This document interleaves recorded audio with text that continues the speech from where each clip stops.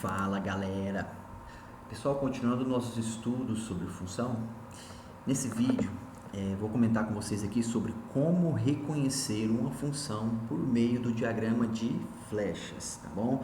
Depois nós vamos falar sobre o domínio da função. Olha só, as condições que uma relação representada por meio de um diagrama de flechas deve satisfazer para ser uma função são. Então olha só, quando a gente tem um diagrama de flechas, você vai observar esse diagrama e você vai saber analisar, fazer uma análise se esse diagrama representa uma função de verdade ou não, tá bom? É isso que eu vou mostrar para você, é você reconhecer uma função apenas observando o diagrama de flechas. Então, olha só, para que um diagrama de flechas seja reconhecido, ele está representando a função, primeiro, né, ele tem que obedecer essas duas regrinhas aqui. Primeiro, para que um diagrama de flechas seja uma função. Primeiro, todo elemento do conjunto A deve estar associado a um elemento do conjunto B. O que é essa primeira regra aqui nos diz? Que num diagrama de flechas, certo? Que representa uma função, todo elemento do conjunto A precisa estar enviando flechinhas para o conjunto B, certo? Ou seja, ninguém pode ficar sem enviar flechinha, todos precisam estar enviando a flechinha, tá bom? Todos os elementos do conjunto A precisa partir uma flecha dele, certo? Segundo, cada elemento de A deve ser associado a um único elemento de B. O que essas duas regras aqui, essas duas situações nos diz? Que todos os elementos do conjunto A precisam enviar flechinha, mas somente uma única flechinha. Ou seja, não pode sobrar ninguém no conjunto A para enviando flechinhas e cada elemento precisa enviar uma única flechinha. Fora isso, não é função, certo? O que essas duas regras nos diz? Todo elemento do conjunto A deve estar associado a um único elemento de B, ou seja, não pode sobrar nenhum elemento do conjunto A faltando enviar flechinha. Segundo, cada elemento de A deve ser associado a um único elemento de B, ou seja, cada elemento vai enviar flechinha e apenas uma única flechinha. Não pode partir duas ou mais flechinhas de um único elemento do conjunto A. No conjunto B pode receber, tem elemento que vai receber mais de uma flechinha, mas o que manda mesmo de verdade é o conjunto A. Essas regras é válida para o conjunto A. É o conjunto que? Domínio, tá bom? Vamos para o exemplo na prática para vocês entenderem. Olha só, exemplo A. Olha só esse diagrama aqui, ó. Tem um conjunto A aqui, apenas o 2 e o 3 estão enviando flechinha. Então, ele descumpre essa primeira premissa aqui, ó, tá? Ou seja, não é função, pois não parte nenhuma flechinha do elemento A, do elemento 4 pertencente ao conjunto A. Tá vendo? Então, olha só, isso aqui deixa de ser função. Por quê? Porque esse 4 também precisaria estar enviando flechinha. Então, não é função. Exemplo B, esse daqui, ó. Segunda premissa aqui, ó, que fala que precisa enviar o que? Associar a um único elemento de B, ou seja, não pode um elemento do conjunto A, não pode enviar mais de uma flechinha. Aqui está enviando duas, tá vendo?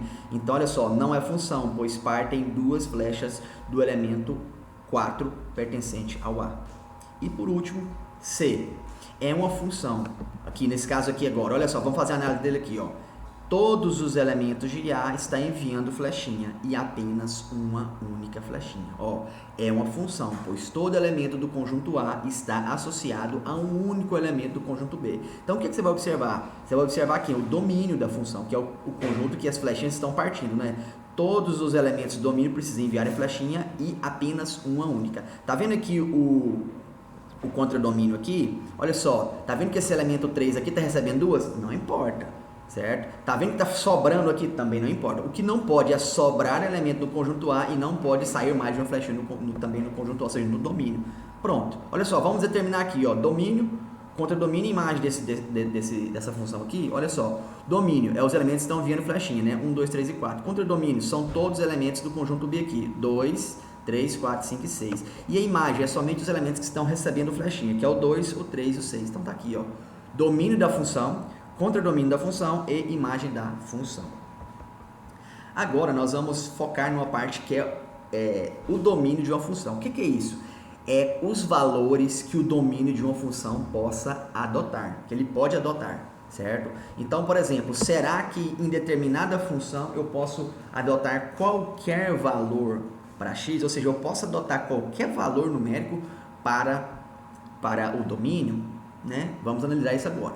Ó, para termos uma função, precisamos conhecer o domínio, o contradomínio e a lei de formação, que diz como, ou seja, a lei de formação diz como associar cada elemento de x, né, pertencente ao domínio da função, a um único elemento de y pertencente ao contradomínio da função. Então, assim, a lei de formação, quando você tem os valores de x, né, pode ser escolhido, né, por você, ou às vezes o exercício fala, olha, os valores de x serão esse e esse, ou seja, ou a questão vai te fornecer os valores de x, né, desde o início, ou você vai escolher valores para x. Agora, os valores de y, que é do contradomínio, que é lá a imagem de x, aí esses daí você precisa descobrir esses determinados valores de acordo com a lei de formação da sua função.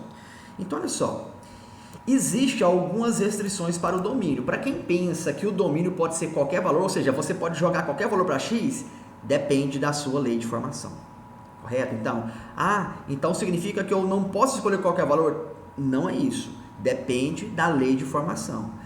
Dependendo da sua lei de formação, você pode escolher qualquer valor para x, qualquer valor real para x. Agora, se a sua lei de formação, dependendo do formato dela, você não pode escolher todos os números reais. Alguns vão ser restritos. Então, tá aqui. Eu vou mostrar para você quando que vai acontecer restrições para o domínio, certo? É duas situações na matemática, né? Uma, a matemática não aceita isso, não existe resolução para isso, e a segunda é porque os números reais é impossível de resolver. Primeiro, a primeira restrição é o quê? É uma situação onde a matemática não resolve, ou seja, não existe resolução para isso, que é o quê? Denominador não pode ser zero. Como assim? Qualquer fração, o denominador, que é o número de baixo, para a matemática é impossível de resolver. Então, não pode, quando você tem uma fração, quando a sua lei de formação da sua função possui fração e o x, ou seja, o valor do x está na parte de baixo da fração, no denominador, o x não pode ser zero. Tá vendo? Então, uma situação onde há restrição.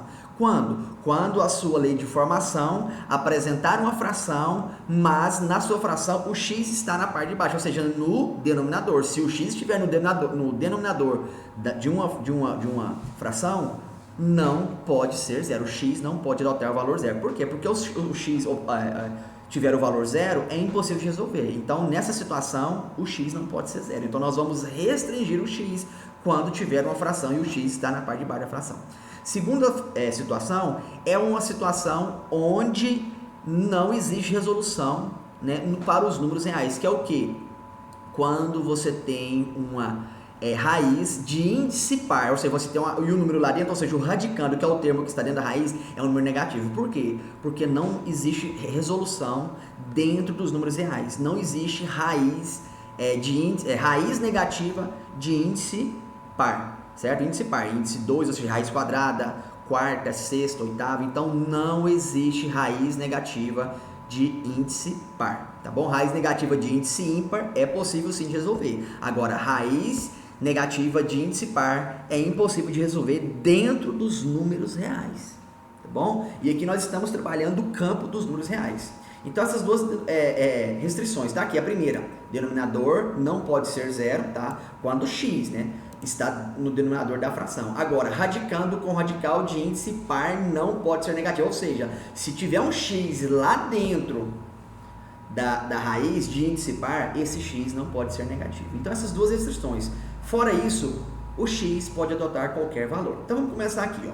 Vamos lá, exemplos, ó. Exemplo A. A minha função, ó, f de x é igual a x ao quadrado menos x.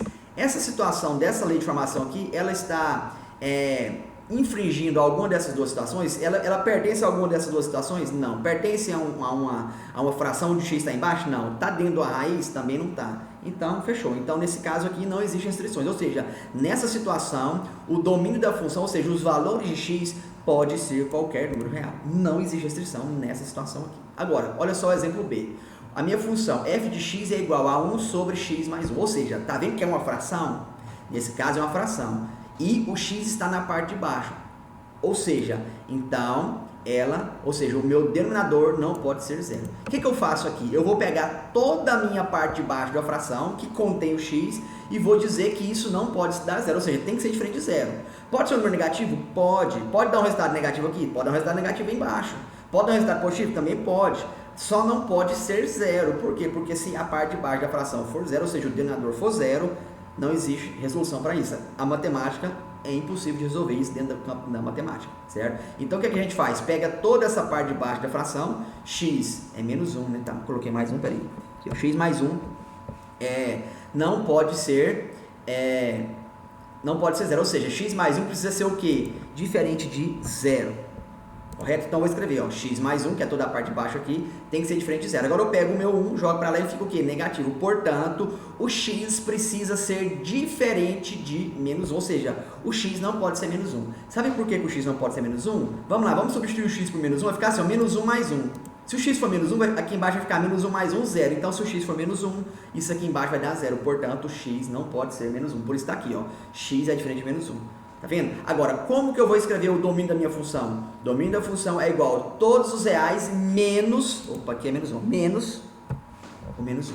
Certo? Ou seja, eu coloco entre chaves, né, que eu estou restringindo o menos 1. Então, é todos os reais menos esse termo aqui, que é o menos 1. Pronto. Então, nesse caso aqui agora, eu escrevo o domínio da minha função dessa situação aqui.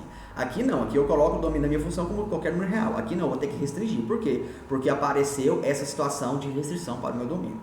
Vamos lá, letra C. A letra C eu tenho uma raiz, tá? E o x está lá dentro. E essa minha raiz, o índice dela é o quê? É par. Então, o que acontece? Quando a minha raiz é um índice par, lá dentro não pode ser um valor negativo. O que eu faço? Pego tudo que está lá dentro, certo? E coloco o quê? Um valor não pode ser negativo, né? Então, tem que ser um valor o quê? Maior e igual a zero. Pode ser o zero? Zero pode, porque existe raiz de zero, ou seja, raiz de índice par de zero, é zero. Só não existe raiz de índice par para número negativo. Então, vou dizer o quê? Que ó, tudo aqui dentro da minha raiz, ou seja, 2x menos 6, tem que ser maior ou igual a zero, certo? Pode ser zero? Pode. Pode ser maior do que zero? Porque quando alguma coisa é maior do que zero é alguma coisa positiva, né? Só não pode ser negativo. Então, vou restringir. Então, vai ser o quê? 2x menos 6 tem que ser maior ou igual a zero. Passo o 6 para o outro lado, vai ficar 2x é maior ou igual a 6. X é maior ou igual a 6 sobre 2, portanto, x é maior ou igual a 3, ou seja, o x tem que ser um valor maior ou igual a 3. Quer ver só? Vamos colocar o x sendo igual a 3? 2 vezes 3, 6. 6 menos 6, 0. Raiz de 0, tranquilo. Vamos colocar um valor maior do que 6? Vamos colocar 2, maior do que 3, né? Vamos colocar 4. 2 vezes 4, 8. 8 menos 6, 2. Então, ficou raiz quarta do 2, ou seja, o 2 positivo. Agora, vamos pegar um valor menor do que 3 para vocês. Vamos pegar o 2, ó. 2 vezes 2, 4. 4 menos 6 vai dar menos 2, então ficou negativo, tá vendo? Então, por isso que aqui fala, o x precisa ser um valor maior ou igual a 3. Então, como que eu vou escrever o meu domínio? O meu domínio será o quê? Valores maiores e igual a 3, tá? Então, vou escrever domínio da minha função, vou escrever por propriedade aqui, ó. Depois eu escrevo por intervalo, olha só. Domínio da função é igual, x pertencente aos reais, está o quê? X é maior e igual a 3. Pronto.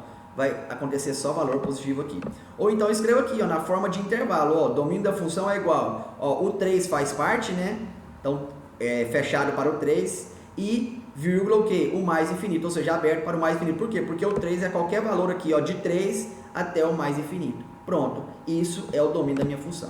Agora olha essa daqui, ó, essa minha raiz aqui, ó, raiz, né? O x está dentro da raiz, beleza. Mas será que está dentro da minha restrição? Não. Por quê? Porque aqui fala que o radical, ou seja, a minha raiz, o índice tem que ser par, né? Para não, para ser restrito aos valores negativos lá dentro. Ou seja, o meu índice é ímpar, não é? O índice aqui é o quê? 3. Então, não existe restrição. Quando o índice é ímpar, pode ser negativo, pode ser positivo, tranquilo, tá? Então, nesse caso aqui, o domínio é os números, qualquer número real.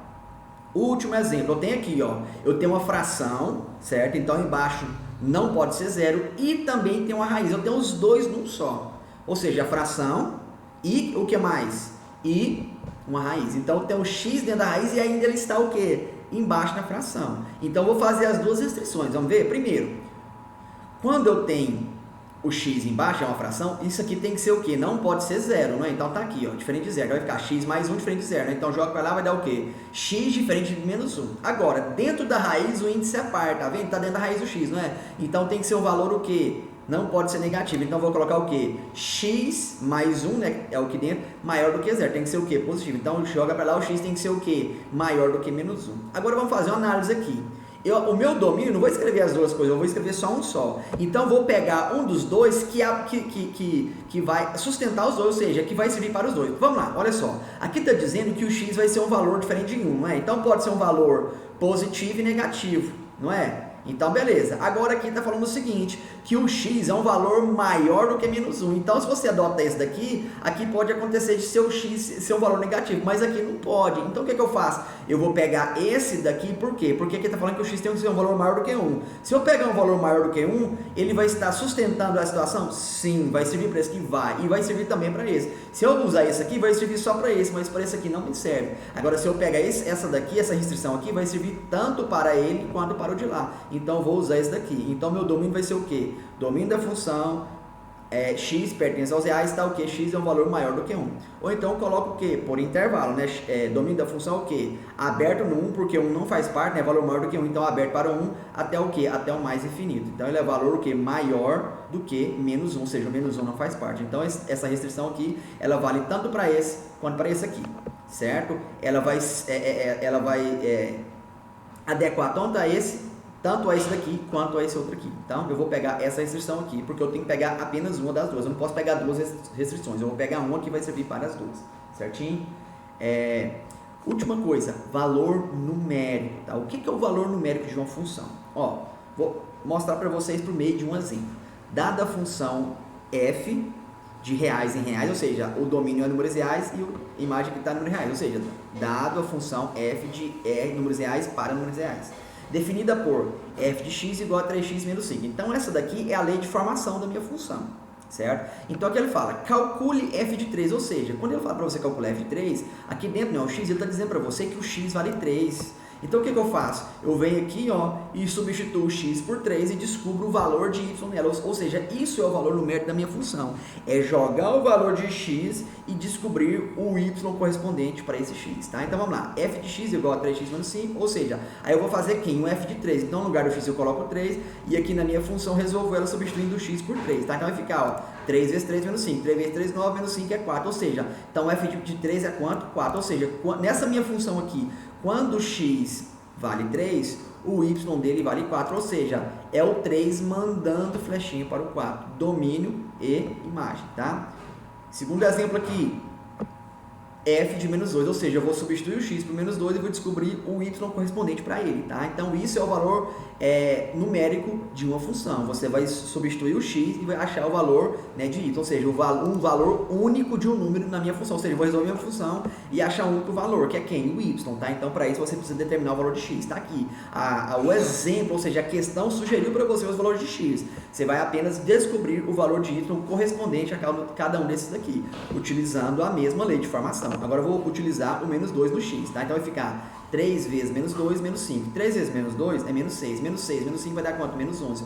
Ou seja, quando o x vale menos 2, o y correspondente a ele é menos 11. Ou seja, é o menos 2 mandando flechinha para o menos 11.